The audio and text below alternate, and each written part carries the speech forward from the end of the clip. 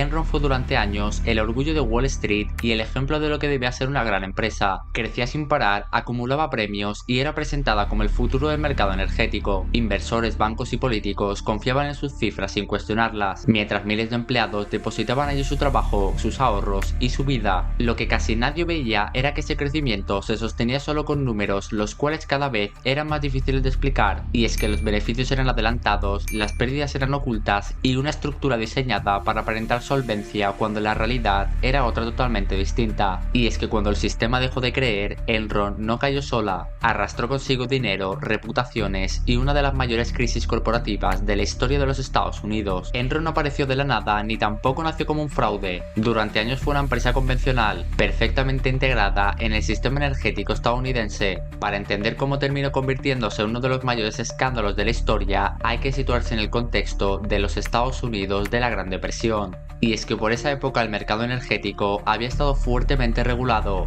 El gobierno era quien controlaba los precios del gas y la electricidad, asegurando el suministro y manteniendo así la estabilidad económica del país. My concern, of course, is for the shareholders of Enron, but I have great concern for the stories, for those I read about in the stories who.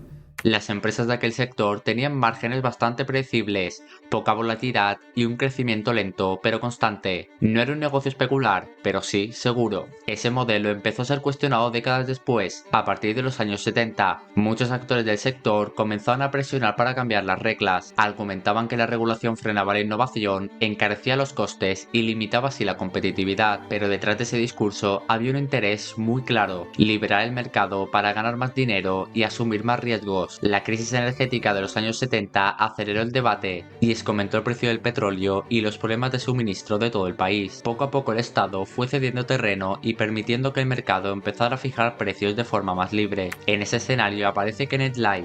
No era un empresario carismático ni tampoco un tecnólogo brillante, era un economista formado y con experiencia tanto en el sector privado como en el público. Tras doctorarse en economía y trabajar en el sector energético, Lay pasó por cargos relacionados con la política energética y también diferentes cargos dentro del gobierno. Eso justo fue lo que le permitió conocer desde dentro cómo se tomaban las decisiones y sobre todo quién las toma. Esos contactos serían decisivos más adelante. A principios de los 80, Lay terminó al frente de Houston Natural Gas, una empresa dedicada principalmente a la gestión de gasoductos. Era un negocio bastante clásico: transportar gas de un punto a otro y cobrar por ello. No había grandes márgenes de dinero, pero sí era algo bastante estable para la época. La situación cambió cuando Houston Natural Gas se fusionó con Internorth, una empresa con una extensa red de gasoductos que atravesaba Estados Unidos de norte a sur. De esa misma fusión nació Enron. Sobre el papel, la nueva compañía tenía una posición privilegiada: infraestructuras enormes, alcance nacional y presencia en un mercado muy grande y muy importante. Los primeros años fueron un problema. Enron no estaba ganando dinero, arrastraba contratos firmados antes de la fusión, compromisos que ya no encajaban bien con el nuevo mercado y una estructura pesada difícil de ajustar. Las pérdidas se acumulaban y las empresas no lograban despegar. La desregulación había creado oportunidades, pero también incertidumbre. El precio del gas ya no era estable. Dependía del clima, de la demanda y de la oferta de los factores externos. En invierno, sin embargo, podía dispararse bastante y en verano podía caer. Esa volatilidad complicaba la planificación de la empresa. Para protegerse de estos cambios, el mercado empezó a utilizar contratos de futuros, acuerdos que fijaban hoy el precio al que se compraría o vendería el gas en una fecha futura. En teoría esto servía para reducir riesgos, pero en la práctica empezaron a convertirse en instrumentos bastante especulativos. Enron entendió desde un principio que no era necesario producir gas para ganar dinero con él, y es que bastaba simplemente con comprar y vender contratos, anticipar movimientos del mercado y apostar sobre precios futuros. El gas empezó a tratarse como un activo financiero y no solo como un recurso energético. Ese cambio transformó la naturaleza de la empresa. Enron dejó de verse a sí misma como una compañía de infraestructuras y empezó a pensarse como un factor financiero. El negocio ya no estaba en los gasoductos, sino en el papel, en los contratos y en las expectativas. El problema principal era que ese modelo aumentaba el riesgo de forma considerable.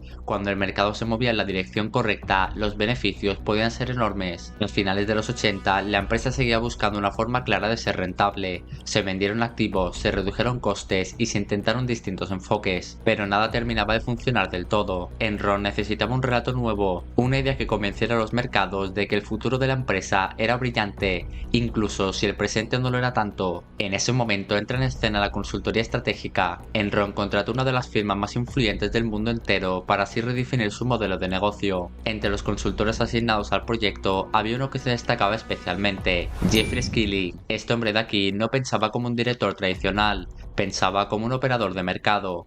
Para él, Enron no tenía que limitarse a vender gas o electricidad, y tenía que convertirse en un mercado en sí misma, un intermediario importante que conectara compradores y vendedores y se quedara con la parte de cada operación. Su propuesta encajó perfectamente en el clima de la época. Wall Street buscaba empresas innovadoras, historias de crecimiento y modelos que parecieran revolucionarios. Enron tenía los contratos, la infraestructura y ahora también una narrativa atractiva. Kenneth Lai vio en Skylink a la persona capaz de transformar la empresa sin romperla por fuera.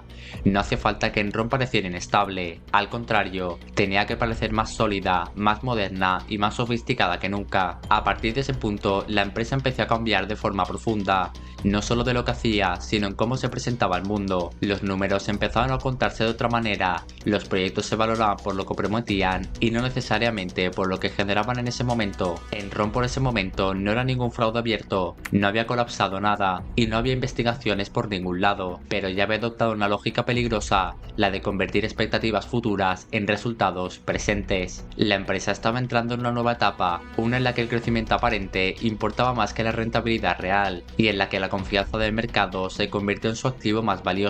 Y es que si la gente confiaba en ellos no había ningún problema, pero si de alguna manera esos problemas salían a la luz, estaban en un problema muy gordo. Con la entrada de Jeffrey en Enron, la empresa empezó a cambiar de forma mucho más agresiva. Skylink no llegó como un ejecutivo más, llegó con una idea clara de cómo debía funcionar la compañía y sobre todo, lo más importante, cómo debía ser percibida por el mercado. Con la llegada de Jeffrey Skylink, Enron terminó de romper con la lógica de una empresa energética tradicional.